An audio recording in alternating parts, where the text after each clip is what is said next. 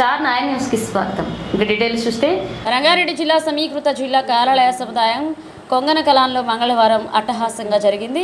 ఈ వేడుకలకు జిల్లా యంత్రాంగం విస్తృత స్థాయిలో ఏర్పాట్లు చేసింది. ఇక ముఖ్య అతిథిగా ముఖ్యమంత్రి సలహాదారు వేం నరేందర్ రెడ్డి విచ్చేసి జాతీయ పతాకాన్ని ఆవిష్కరించారు. అంతకుముందు పోలీసుల నుండి గౌరవ వందనాన్ని స్వీకరించారు వేం నరేందర్ రెడ్డి.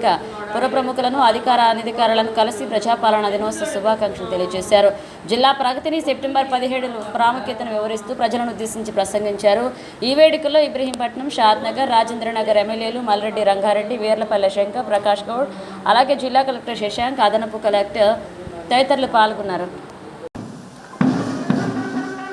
48 సెప్టెంబర్ 17 సాయంత్రం డెక్కన్ రేడియోలో ఇండియన్ యూనియన్లో చేరుతానని ప్రకటించారు. నిజాం లొంగుబాటుతో హైదరాబాద్ సంస్థానాన్ని భారతదేశంలో కలపడం జరిగింది.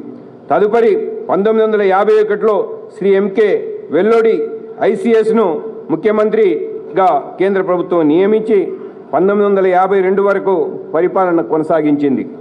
తదుపరి జరిగిన సార్వత్రిక ఎన్నికల్లో శ్రీ బూర్గుల రామకృష్ణయ్య గారిని ముఖ్యమంత్రిగా, కొండా వెంకటరెడ్డి రంగారెడ్డి గారిని ఉప ముఖ్యమంత్రిగా, శ్రీ వివి రాజు, శ్రీ ఎం చెన్నారెడ్డి గారు మరియు తదితరులతో మంత్రివర్గం ఏర్పాటు చేసుకోవడం జరిగింది.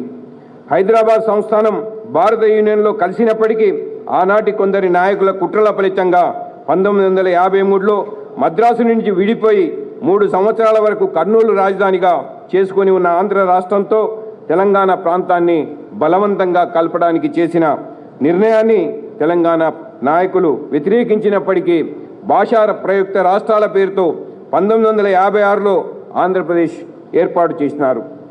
కాలక్రమేణా ఆంధ్ర పాలకుల అన్యాయాలకు వ్యతిరేకంగా తెలంగాణలో 1969లో ప్రారంభమైన తొలిదశ ఉద్యమంలో సుమారు 350 మంది అసువులు బాసినారు.